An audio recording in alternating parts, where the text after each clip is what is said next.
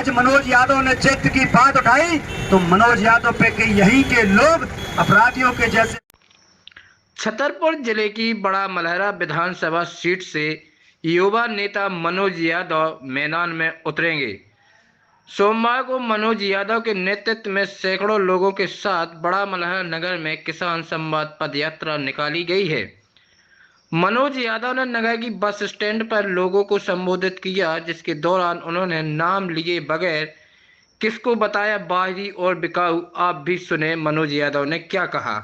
कि बाहरी प्रत्याशियों के चमचे मनोज यादव को ये कह रहे हैं कि साहब वो तो उनकी तरफ से प्रत्याशी बन रहे हैं। अरे तुम में औकात है चमचो तो सीना ठोक के सामने आके कहो वो ये साक्षात प्यारे हनुमान जी बैठे हैं, तुम में दम है, तुम्हारी माँ ने दूध पिलाया है तो चौराहे पे आके खड़े होके बोलो कि हाँ हम मनोज यादव को खड़ा किए, नहीं तो तुम्हारी औकात नहीं है मेरे सामने बोलने की।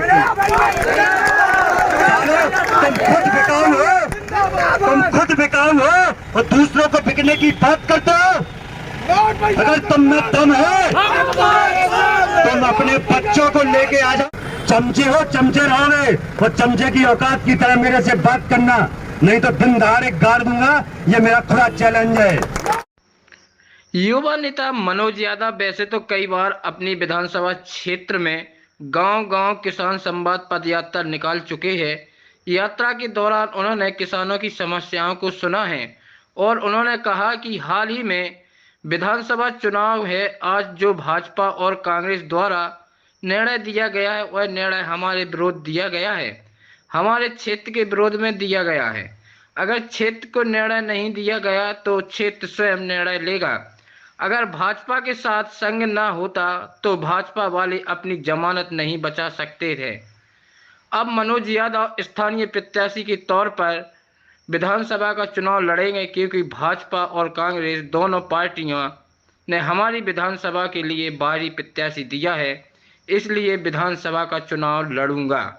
देखिए, किसानों की समस्याओं को लेकर मैंने यह यात्रा निकाली थी, लेकिन इस उद्देश्य को कुछ दिनों में इसको परिवर्तित कर दिया गया लोगों के द्वारा। बोले वो यात्रा इसलिए निकालते हैं कि उन्हें भविष्य में चुनाव लड़ना है। हाँ, मैंने कहा था कि अगर क्षेत्र के प्रत्याशियों को टिकट नहीं दिया जाएगा तो चुनाव लड़ेंगे। अब लेकिन उसमें लोगों ने अफवाह और नाम बदनाम करने के लिए नाना प्रकार के सवाल खड़े किए थे, तो आज मुझे स्टैंड पर उन सबका जवाब देना पड़ा। लोग कहते थे कि मैं उनकी तरफ से हूँ, मैं उनकी तरफ से हूँ, तो मैंने स्टैंड में खुले मंच से कहा है कि जिसके माई के लाल ने दूध पिलाया हो वो मैं चैलेंज करता हूँ और बजरंगबली का भक्त हूँ। कहता हूँ बजरंगबली के दरवाजे में आके आए और मुझसे चैलेंज करे कि मैंने किसी भी मन रूप से या हाँ मतलब किसी भी रूप से, फिजिकल रूप से, अगर किसी भी भावनाओं के रूप से मैंने किसी से बातचीत की हो, हाँ चुनाव लड़ूंगा, अपने दम पे लड़ूंगा, क्षेत्रवासियों के दम पे लड़ूंगा। वो कहेंगे निश्चित रूप से चुनाव के बीच में आऊंगा, लेकिन उनके लिए जी। क्या मनोज यादव अब चुनाव लड़ेंगे सैंबल पे किसी पार्टी से या निर्दल में? देखिए, ये तय करेंगे हम सब लोग बैठ के। हमारी जो टीम है, हमारे जो लोग हैं, हमारे जो वरिष्ठ जन हैं, हमारे जो सामूहिक समाज हैं, उन सब के बीच में बैठ के ये तय करेंगे कि हमको करना क्या है। क्योंकि अभी जिस प्रकार से दोनों पार्टियों ने क्षेत्र से बाहर टिकट दिया है उससे काफी आक्रोश है और पहले से इस विषय पे बातचीत भी हो रही थी कि अगर किसी एक व्यक्ति को भी आप टिकट दे देते हैं इस विधानसभा के अंदर तो हम सब एक साथ मिलकर उनके लिए काम करेंगे। लेकिन पार्टियों की मति मारी गई है और उन्होंने दोनों बार बाहरी क्षेत्र के जो बाहरी विधानसभा के बाहर के लोग हैं उन दोनों को टिकट दिया है। निश्चित रूप से इस बार क्षेत्र का प्रत्याशी उतरेगा, बड़ों के आशीर्वाद से ये तय किया जाएगा कि अब हमको आगे क्या करना है। देखिए, मेरा ये मानना था, मैंने बहुत पहले 5 साल पहले ये तय किया था कि क्षेत्र के व्यक्ति को किसी को टिकट मिले तो कम से कम इस बड़ा मलहरा की विधानसभा के लोगों का भी उद्धार हो और इस क्षेत्र का भी उद्धार हो। किसान संवाद पदयात्रा का माध्यम मेरा ये था कि मैं जन जन तक पहुंच पाऊं।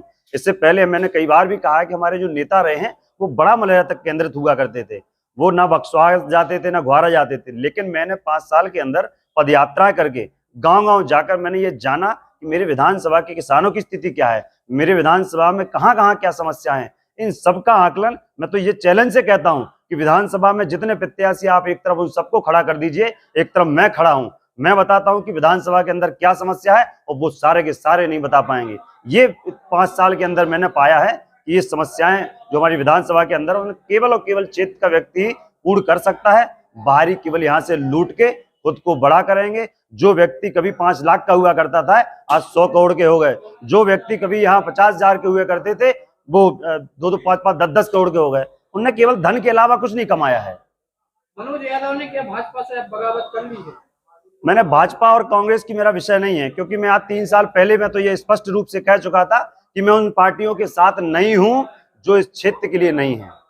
मैंने खुला चैलेंज कहा था उन पार्टियों से कि मैं उनके लिए काम नहीं करूंगा, मैं उनका बंधुआ मजदूर नहीं हूं।